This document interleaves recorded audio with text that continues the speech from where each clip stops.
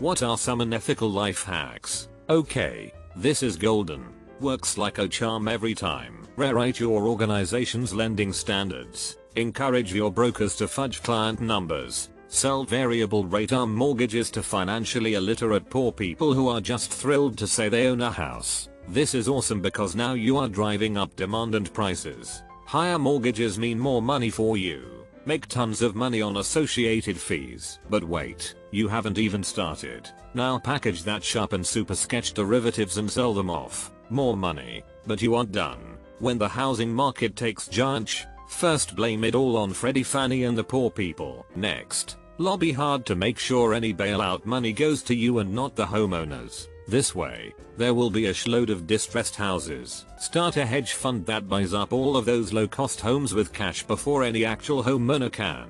Trust me, you want to cock-block those FS from ownership, because, now that you own all of the land, you can drive rental rates through the roof on these people and create massive scarcity so they'll be forced to pay a super inflated mortgage rather than risking constant rises in rent. And then when you've decided that the new bubble you just created is about to start using, back off on purchasing. But hold like a moth affair because now your new rent-backed securities are making you money hand over fist. Total illegal.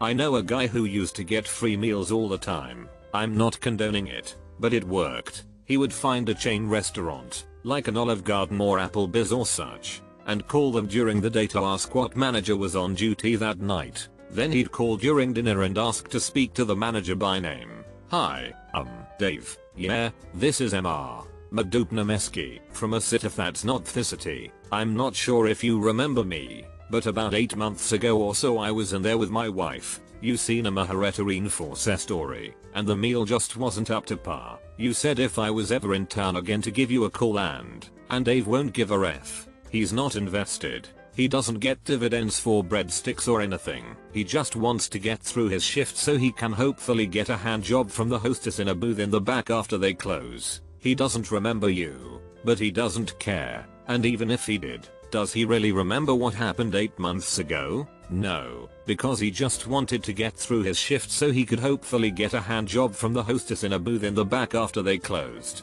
And that's how he ate a lot of his meals. Had a whole notebook with dates and codes and very organized. If you're doing something you shouldn't, confidence is key. You can just walk out of a store holding what you stole and be fine if you know how to act and have a basic knowledge of how the store works. Bonus: trespass with an orange safety jacket. Nobody questions the orange safety jacket. This type of thing happened at the local country club. 2 guys walked in dressed as repairmen and just lifted a brand new 60-inch plasma off the wall and took it away. Nobody said anything because they thought they were supposed to be there. They got away clean. I went to a concert once and had to drive a few blocks to find parking. There was a small lot with a guy at the entrance collecting $5 from every car that went in. Naturally, we drove in line, paid our parking fee to a man in an orange vest, and parked. Turned out the guy at the entrance collecting the parking fee was a homeless man who came up on a vest, and everyone who parked in the lot got a ticket for not paying at the machine near the exit. Lesson learned. Want free admission to Six Flags? Tell them you are buying a season pass, but not staying in the park that day. They will ask for collateral, usually a credit or debit card. They will give you 30 minutes to come back, or they will charge your card the full price for admission. Walk into the park, walk around for a few minutes. When you leave the gate they stamp your hand with that awesome black light readable only re-entry stamp. Go get your collateral back from the ticket booth. Then you can walk right back up to the re-entry gate. Show them your stamped hand and viola. Free park admission. Source: ex-employee of Six Flags, and have successfully done this numerous times at my local park and the Hurricane Harbor across the street. And for everyone asking, this is in Arlington, TX. The season pass is sold inside the park, as you have to fill out paperwork, take the photo, wait for the card, etc. So I cannot vouch for it working at other locations. I didn't think that they might not all be set up the same. If you buy normal admission, you are required to pay outside the gates. They ask for collateral because they are essentially letting you in the park for free. They know that if you're going to buy the season pass, why would you pay $50 plus for a single day's admission? just to walk inside the park to pay for a season pass? This works because most of the season pass sales are made online. They even have a membership club now that encourages you to buy group tickets online. If you wanted to buy a season pass Saturday morning, but you didn't want to actually stay all day in the park that day, do you think they are going to turn away the sale? Seeing the attention this is getting, not sure how much longer it's going to work, but YOLO. Additional pro tip, all Six Flags have an employee food court, usually in the middle of the park, hidden behind the attractions. They serve all the amazing food that the park sells. Want a turkey leg, corny dog, and a funnel cake? That'll cost you like $34 at the park kiosks. Same food at the employee food court? $3. One of the benefits of being an employee is free admission to the park, and greatly reduced food prices. You don't have to be in uniform, or even show ID to get into the food court, even though the signs leading to those areas always say employees only, because so many employees actually take advantage of free admission and cheap food on their days off. I wouldn't advise taking your kid back there though, as they're likely to see the middle-aged carny looking guy in a Porky Pig costume, without his headpiece on, smoking a Pall Mall 100, or drinking a cup of coffee. I probably missed the boat on this one, but here goes anyway. When I was going to college I would walk over to Whole Foods and get some of their most expensive grass-fed bone and ribeye steaks from the meat counter.